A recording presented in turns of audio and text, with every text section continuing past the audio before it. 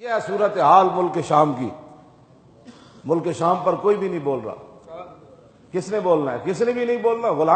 غلاموں کا یہ مسلک ہے کہ ناقص ہے کتاب، کہ سکھاتی نہیں مسلمان کو غلامی کے آداب، کرتے ہیں غلاموں کو غلامی پہ رضامند، اور تعویل مسائل کو بناتے ہیں بہانہ۔ اقبال بات نہ کر یہاں علم خودی کی، موضوع نہیں مکتب کے لیے ایسے مقالات۔ ہاں جی، کیوں جی؟ محکوم کے حق میں یہی تربیت اچھی کہ ہن کتنے میچ ہو رہے ہیں؟ دبئی میچ کراؤ، شام اجڑ رہے ہوئے۔ میں تے جو اسلام پڑھیا کوئی نہیں۔ حضرت عثمان غنی دا میدان حدیبیہ خبر آئی آپ شہید ہو گئے، شہید کر دیتے گئے، حضور نے موت اتے بیعت لئی، لقد رضی اللہ عن المومنین۔ وہ منظر کیوں جیسی؟ فرمایا میرے حبیب وہ منظر بھولن والا نہیں، اسی قرآن چوں بیان کرنا۔ لقد رضی اللہ عن المومنین اذ یبایعونک تحت الشجرہ۔ میرے حبیب اللہ تے انہاں سارے مسلماناں تے راضی ہو گیا جنہاں درخت دے تھلے کھڑ کے تہاڈے ہاتھوں تے بیعت کیتی سی۔ اتنے پاکستان بھی اجڑ جائے، افغانستان بھی اجڑ جائے تو اتنے بہ کے تجزیے ہوندے۔ ہاں جی، تجزیہ نہ بھی دھیاں کدی بچیاں۔ ہاں جی، کیوں جی؟ قرارداداں نہ بھی کدی دھیاں بچیاں۔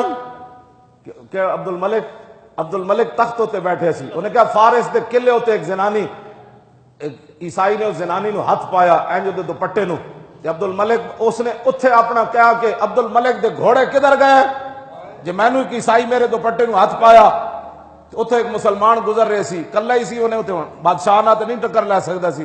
عبد الملک تخت تے بیٹھے سی تے انہیں آ کے دسیا کہ او فارس دے قلعے ہوتے کہ عیسائی نے ایک مسلمان عورت نو ہاتھ پایا، تے او کہہ رہے سی میرا برا عبد الملک کدھر گیا، او دے گھوڑے کدوں کم آنے۔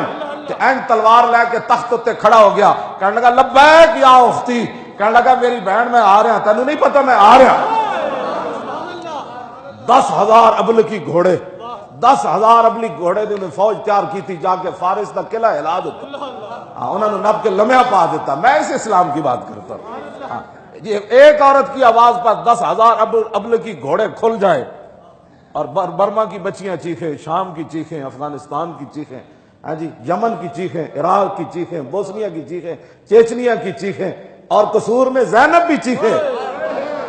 ہاں جی، قصور میں زینب بھی چیخے تو اس کی آواز سننے کے لیے کوئی نہ ہو تو ہم ان کو کیسے مان لیں، ان یہود و نصارہ کے ایجنٹوں کو؟ اور پھر تم ان کے ساتھ کھڑے ہو ابھی تک، اور ابھی تمہارے ذہن نہیں بدل رہے، تو پھر تمہیں مبارک ہو ان کی یاریاں۔